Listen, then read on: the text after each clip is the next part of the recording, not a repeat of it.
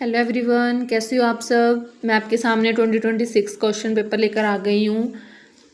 ED का question paper है हमारे पास, आप देख सकते हो। तो अब की बार हम क्वेश्चन क्या क्या आए थे वो मैं आपको बता रही हूँ।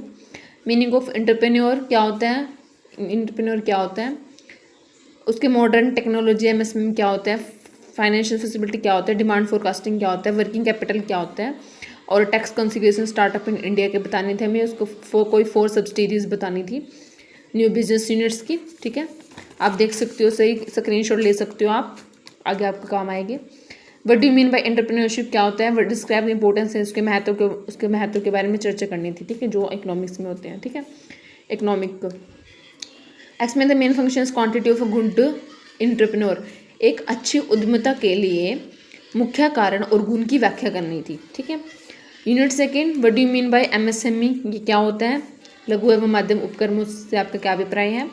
तात्पर्य अभिप्राय क्या होता है, भारत की आर्थिक व्यवस्था के स्तर को बढ़ावा देने में लिए एसएमएस की भूमिका को स्पष्ट करें। एमएसएम की भूमिका जो इकोनॉमिक डेवलपमेंट इंडिया, उसको उसके बारे में बताना था। ठीक है, फिफ्थ क्वेश्चन हमारे पास है, what is skill India programme, explain various schemes integrated the government of promoting skill development of India.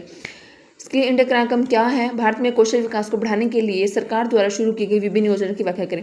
जब हमारे पास स्किल प्रोग्राम था, उसके द्वारा जो हमारे पास सरकार की जो योजनाएं थी वो क्या क्या थी, हमने इसमें लिखना था।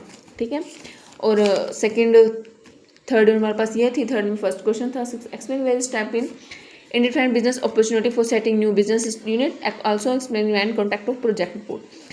इसमें हमने बताना था कि जो नए व्यवसाय होते हैं स्थापित करने के लिए, व्यवसाय अवसर की पहचान करने के लिए विभिन्न चरणों की व्याख्या करें। ठीक है, seven question, how would you determine capital cost of a project, explain various source of finance to meet capital requirement. इसमें ये बताना था कि जो प्रयोजन होते हैं वो पूंजी लागत को कैसे निर्धारित करते हैं और पूंजी की आवश्यकता के लिए प्राप्त के लिए विभिन्न स्रोतों की व्याख्या करें। ठीक है, इसमें फाइनेंशियल सोर्स ऑफ फाइनेंस के चैप्टर में से है। ठीक है, फोर्थ यूनिट हमारे पास ये explain the role of promoting agency institute of promoting entrepreneurship development India, इसमें बढ़ावा देने के लिए, वो योगदान देने के लिए इसमें व्याख्या करनी थी।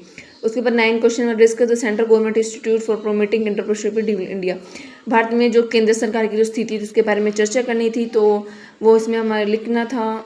तो हमारे पास ये क्वेश्चन कंप्लीट हुआ। तो आई होप करती हूँ आपको बहुत अच्छा लगा होगा क्वेश्चन पेपर। तो अगले प्रीवियस ईयर इस क्वेश्चन पेपर आपको याद रहेगा, तो आप एसएस लेने उसमें मदद लगेगी आपकी। तो अब मैं आप करती हूँ एंड वीडियो का। तो